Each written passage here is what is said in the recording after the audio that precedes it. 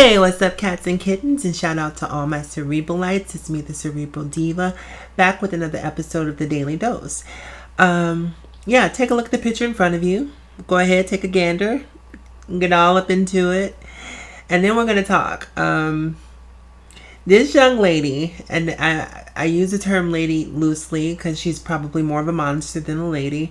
Her name is Heather Lee Robertson. She's out of Lufkin, Texas. She is 38 years old. She is a former kindergarten teacher, current high school teacher, and also she is a pedophile. Yep, she's a pedophile.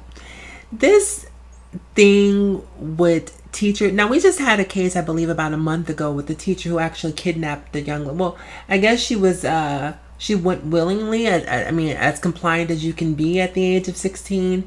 Took the girl right off into the mountains, and they were trying to live happily ever after, which was the most bizarre thing. And now we have another case here at Lufkin, Texas, where this lady had sex with 4 high school students. Count them. 1, 2, 3, 4. That's French, you guys. 4 high school students. Now get this. As if 4 wasn't enough, she actually had a threesome with 2 of the students. Who does that? It's like these teachers, and I don't want to vilify all teachers because we definitely know that there are great teachers out there, but these pedophiles masking themselves as teachers, as educators, are really giving the teaching profession a bad name. And one of the things I think is really important, right? We saw President, I can't believe I let that come out of my mouth. We saw Donald Trump. I refuse to call that man president. We saw Donald Trump sign legislation rolling back protections for trans students because he felt that it was going to make other students vulnerable or susceptible to whatever, to predatory behavior, shall we say. Same thing as HB2 in North Carolina. The whole premise of these bathroom bills is that trans people are going to come out and hurt and harm and do all these crazy things to girls while they're in the bathroom. Well, when we have teachers like this, you're lucky if your child even makes it to a bathroom before they're sexually assaulted. And that's what's so frustrating to me, because all of the hate and the fear-mongering that's promulgated with these bathroom bills is anecdotal. There is really actually no factual data that supports this legislation other than fear of the unknown. But we have case upon case upon case upon case of educators who crossed the line. I mean, this young lady, Heather Lee Robertson, is one of countless cases that we've seen play out in the media. And I'm sure she's not the one. If you sit back and think about the ones that we find out about, imagine how many of these sort of relationships happen that we never hear about. We'll probably never hear about. Because very often when it comes to young men in particular and sexual assault, and I just actually posted a video about Zeke Thomas, son of Isaiah Thomas, and he was on Good Morning America recently discussing his sexual assault. And even though it was male on male sexual assault, I think very often when it comes to men and sexual assault, the significance or the impact of it is downplayed, because we figure that, boys are just naturally sexually promiscuous and adventurous and what have you. And while that might be true, don't they have the right to have that experience with someone who's of their own age, and their, one of their contemporaries? Say, for instance, this young lady, Heather Lee Robertson, at 38 years old. At 38, if you're having threesomes and having sex with 4 students, clearly this lady has lived. So let's say hypothetically, these boys wanted to have sex with her. They were doing it willingly. This is something that they decided they wanted to do. Yes, but they're only children. Children make dumb, rash decisions.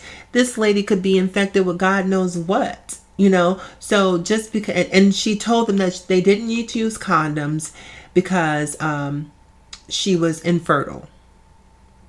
So she insisted that they not use condoms. So they could be HIV positive, they could have syphilis, they could have chlamydia, they could have herpes. I mean, there's countless, they could even be fathers, as far as they know, because she could be lying about being infertile. But a lot of times people don't really think about the overall implications of the sexual act, because it's not just about the orgasm. It's not like you have an orgasm and then, everything goes away. Sometimes a sexual act can follow you up throughout the course of your life.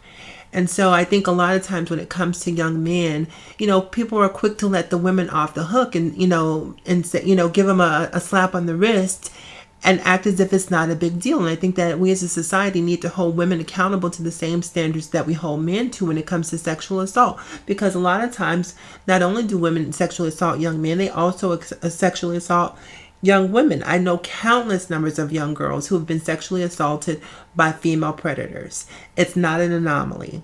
It's not an aberration. It happens quite often. So I think that we really have to sort of change our perception when it comes to female sexual predators, because they definitely are out there and they are, having their way with our children. So Heather Lee Robertson is currently under arrest, and hopefully she will get the book thrown at her.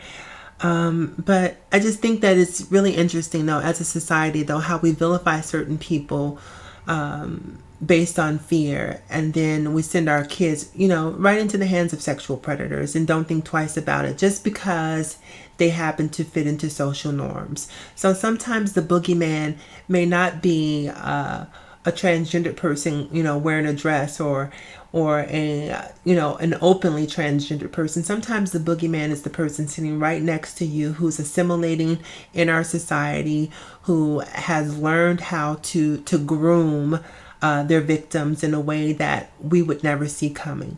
So don't always look for the sore thumb. Sometimes it's one of those fingers that you really need to pay attention to. Anyhow, you guys, as always in closing, remember to live better, love harder, and think smarter. It's me, the Cerebral Diva. Make sure you follow me on all social media platforms, Facebook, Instagram, Twitter. I'm Cerebral Diva on all platforms, spelled just as it's spoken. No accent marks, no underscores. So if you can spell, you can find me. Remember to like, comment, and subscribe. Dislike if you choose. And I will talk to you guys again soon. Have a great day.